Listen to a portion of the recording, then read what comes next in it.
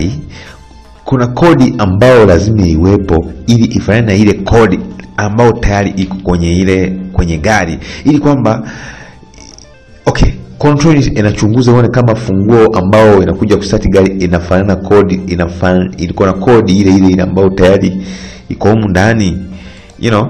Alafu oh my god, hii code inakuwa inafichwa kwenye transponder, you know, inakuwa kwenye transponder. Alafu kwenye upande wa gari hii code inakuwa inaficha kwenye EEPROM au IC au chip, I don't know, you understand right? Kwenye pande ya funguo hii code inakuwa kwenye kaja kama transponder. Kwenye upande wa gari hii, yani this is what I mean.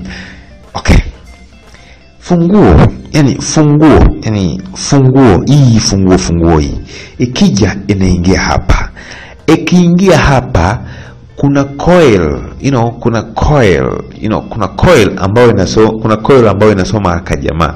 Yani kuna coil ambayo inasoma haraka jamaa. Sasa hii coil baada ya kusoma haraka jamaa inapeleka information kwenye amplifier. Yani amplifier ni kama ile amplifier ambayo inaongeza sauti, ina amplify kwa okay, amplify kwa yani kuongeza nguvu. Naweza kumesoma huku ina